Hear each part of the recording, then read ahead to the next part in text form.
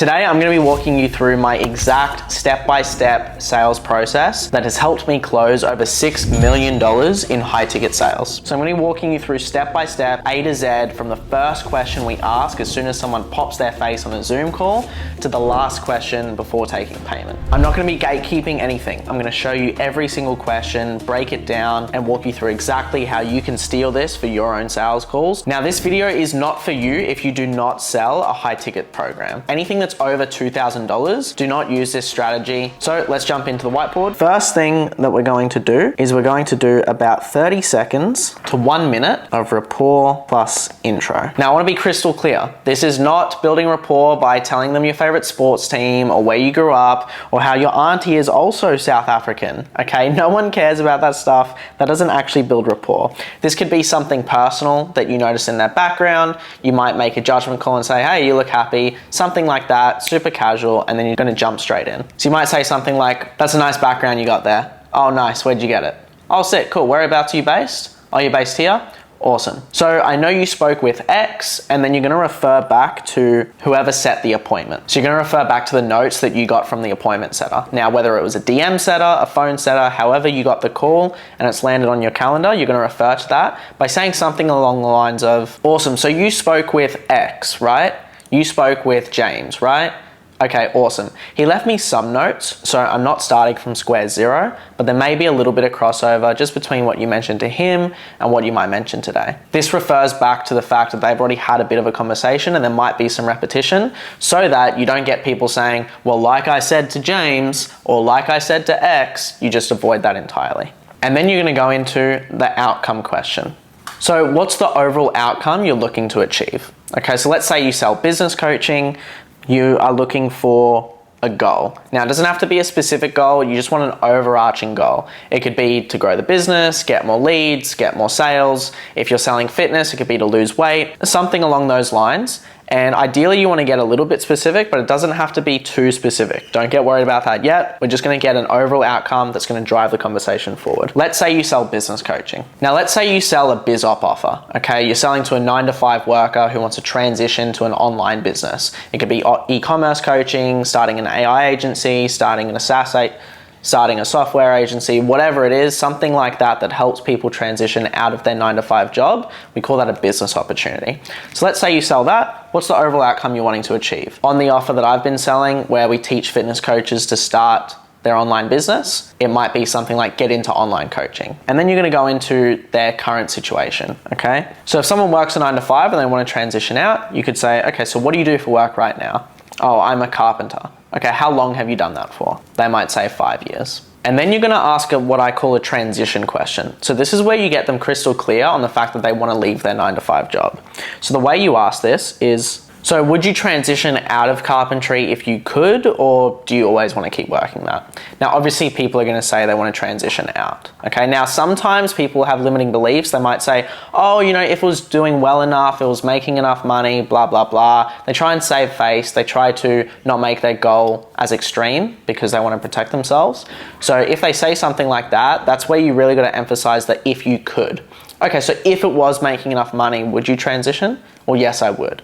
Once you get them to say yes, then you're gonna go into the why, because the why is the same as problems, okay? This is gonna get you all of the reasons that they wanna transition out of their job, AKA the problems. The way you ask that, what has you wanting to transition though, rather than continuing to work as X? And then they're usually gonna say the 3 buzzwords: freedom, time, money. And this is where you're gonna get clear on the problem. Now, unlike a lot of other sales training, I am not a huge fan of getting a bunch of pain right here. In my mind, you wanna get a little bit of pain, maybe get a few examples, and then we're gonna come back to the pain later on in future pace. That's the way that I see it. So instead of going, oh, how does that make you feel? How's that impacting you? All right now, I'm gonna do that later on in the call where I've earned the trust and I've earned the respect of the prospect to go deep on their emotions. So they might say, oh, I want more freedom, I want more time, and then you're gonna get an example for that. Okay, so when you say time, how do you mean specifically? Oh, just more time for the kids, you know, I'm always working, blah, blah, blah. Okay, gotcha. How much time are you spending working at the moment? Oh, 40 hours plus a commute here and back. Okay, interesting. Boom. Once you get an example, then I move on. Now I go into my tangible goal.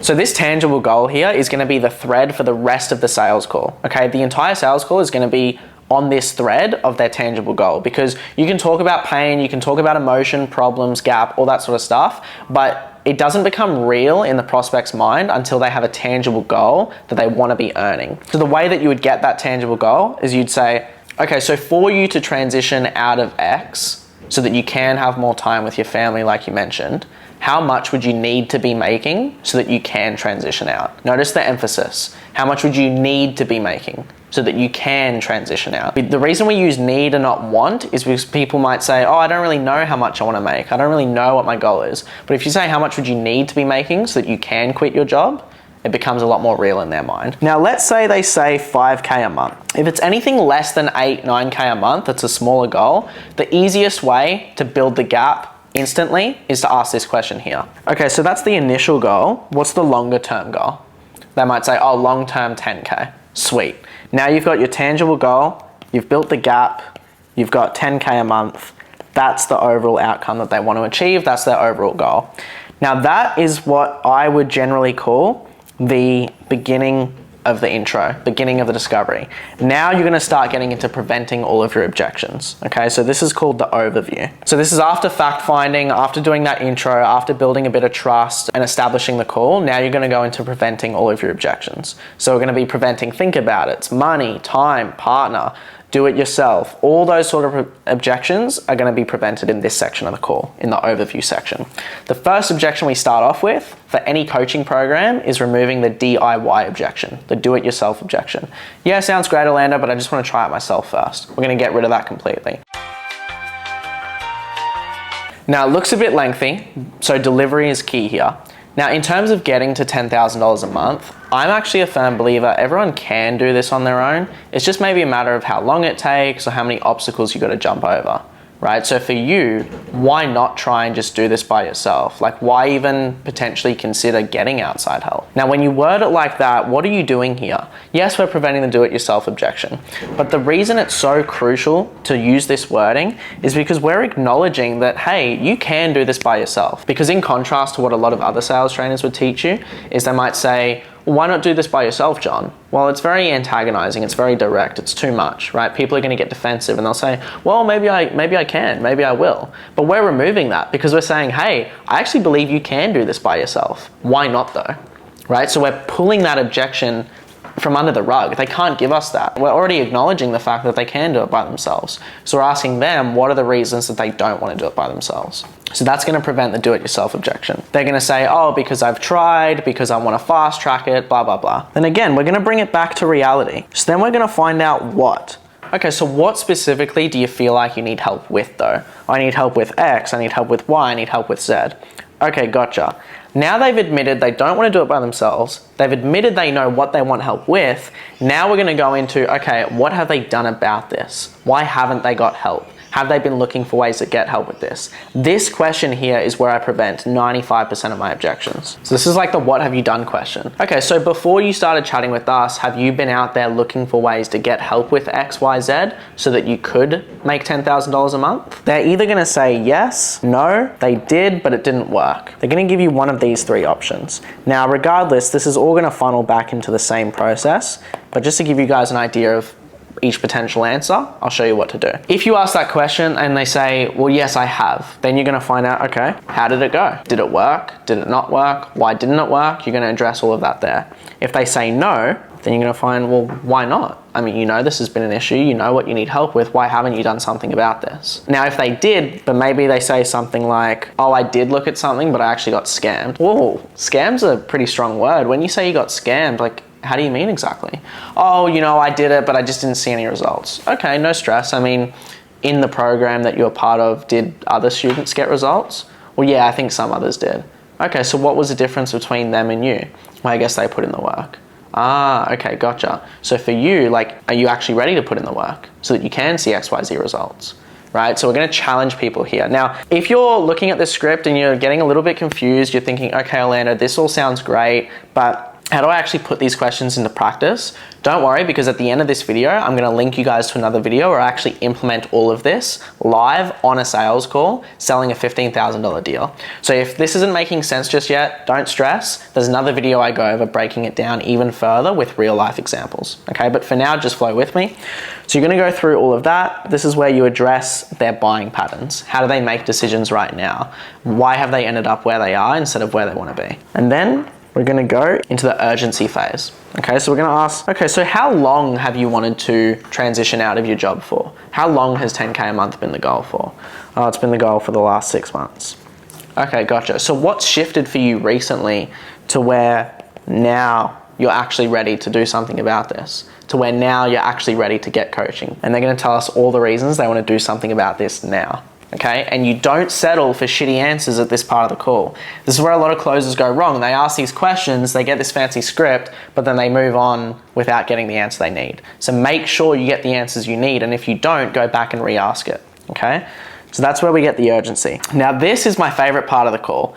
This is where you get all the emotional highs, the emotional lows. This is where the sale's made. And this is in the future. We're gonna start with positive and then we're gonna go into negative. So this goes back to human psychology for any behavioral change. Quick story, I went and saw Jordan Peterson in Brisbane about 6-8 months ago, and he was talking about behavior change. And when he was talking about behavior change, he mapped out that someone needs to realize, one, where they wanna be, why they wanna be there, and how it'd feel to be there, and also where they don't wanna be, why they don't want to be there, and how it'd feel to be there. So that's what we're going to do with prospect. So we're going to start off by getting the emotional positive. We're going to get them feeling really good about themselves. And the way I like to do this, and I'll actually do this live on calls with people, is just draw it out. I draw a little stick figure and I say, this is now and this is future. This is where they want to be. So you want to be making 10K a month as a personal trainer. Right now, you're making 5K a month doing carpentry, or whatever it is. And I map this out and I say, okay, so actually being at the point where you're making 10K a month, where you're a personal trainer full time, you have that freedom, you have that time flexibility, what's different about being at that point? And I'll do this, I'll show them this visually, and then we'll start to write down a bunch of reasons. So they'll say things like more time, more money, more flexibility, work from home. They'll say all of these things, and then what I'm gonna do is I'm gonna get ultra specific on all of these. When you say more time, like what do you want more time for though? What are you finding you don't have enough time for right now? X, Y, Z. When you say you wanna make more money, I mean, making more money is cool, we all wanna do that. But at the end of the day, it's what the money allows us to do that has the impact. So what would making 10K a month allow you to do that you can't right now? I could do X, Y, Z, I could retire my parents, blah, blah, blah. Okay, more flexibility, what does that look like? So you're gonna get super specific on all of these things that they mention. And then this is where you get the real emotion. Once you get super deep, you get super specific, you get a bunch of examples from people on what they want, you're gonna wrap this up in a little bow. That's my terrible drawing of a bow. And you're gonna get a feeling associated with that. So I'll actually say, okay, and actually being at that point, and I'll circle it, where you have the time to do X, Y, Z, you have the money to do X, Y, Z, you're making 10K a month, you can travel the world. Like, how would that actually feel to be able to do that? And I will actually smile. And it's not a fake, cringy, acting smile. It's a genuine smile of, dude, this would change your fucking life. Like, how would that actually feel? Because when you do that, what's the prospect gonna do? They're gonna mirror your energy. They're gonna feel the emotional highs. They're gonna say, dude, that'd be fucking awesome. Now, don't be like the average Bob closer who just moves on straight away. I want you to sit there for a little bit. When they say, that would be fucking amazing, I want you to sit there and you smile for a bit. You go, just nod your head. Let them sit in it. Let them feel the emotional high. But there's another side to this. And this is where you're gonna go into the consequence. That's where you wanna be. The other side is continuing to do things like you have for the last 6-12 months, right? Continuing to work in carpentry and not learn the skills that you can transition out. So I'm not saying this will happen because obviously you're on the call for a reason. You wanna make a change, but let's just say nothing did change and 3, 6, 12 months go by and you're in the same spot as you are now. Again, not saying it will happen, but if it did, like what would that actually look like? Oh, I'd be sad, I'd be depressed, it'd suck, I know I'm capable of more, blah, blah, blah. And you might think, Orlando, no one actually talks like that. Like those responses are really dramatic. It's because you're not asking it right and you're not probing enough. Because I guarantee you, if you ask these questions right, you will get emotion here. You want to get emotional high and the emotional low. It's a little bit of a roller coaster that the prospect's going through. Now, once they map all all of this stuff up, at the end of the day, whose responsibility is it to make sure that they're either where they want to be or they're not? They're going to say me. You're going to say, well, why do you feel like it's you though? Or because I'm the one that needs to put in the work, blah, blah, blah. Yeah, because it's just like the gym, right? We could give you the best training, the best tools, the best equipment, the best meal plan, but who's going to be the one that actually goes to the gym and implements what we teach? Yeah, me. Okay, so for you, and then I circle here, are you actually ready to make that change? Yes, I am. Okay, you sure? Because you don't have to. Some people would just settle for making 5K a month as a carpenter. No, I want to make a change. Okay, sweet. Do you want me to walk you through what that looks like and how we can actually help? Yes. Boom. Then you've just asked for permission to pitch, and now you're going to go into your pitch. Now, I obviously can't really walk you guys through a script here because this is dependent on what you sell, but essentially the rough structure you want to follow is you want to have 3 main things that you walk them through. Now, I typically cover price straight away. I go, it's going to be 6.6K for 4 months, and this is what you get. I like doing price straight away because then they don't have to worry about it, they don't have to think about it, and as you go through the pitch, they're just justifying in their mind why it's worth that money. So you go, it's 6.6K, this is what you get. You get X, you get Y, you get Z. Now for each pillar, you want to do constant check-ins. Do you feel like that would help? Does that make sense? You with me? You want to do these check-ins for all of them. Okay, so you do that here, you do that here, you do that here. Then once you wrap up the pitch, you say something like, awesome. So that's the overall layout and structure. Do you feel like that is the sort of help that you're actually looking for? And boom, you objection handle or you take payment and you go from there. And there's a lot of room here because it's a sales call. I can't teach you guys to be robots. I can't tell you guys exactly what to say for every single scenario because there's an infinite amount of responses you can get. But that's the overall structure that has helped me close over $6 million in high ticket sales, okay? So if you guys want to see that broken down step by step, but on a real live sales call where I close a $15,000 deal, just check the description below. There's gonna be a video linked there of me walking you through this step by step with a live example. So I hope you guys found value in that. Again, if you wanna see that breakdown, just click the link below, hit subscribe so YouTube knows that you wanna see more content like this, and I'll see you guys in the next one. Cheers.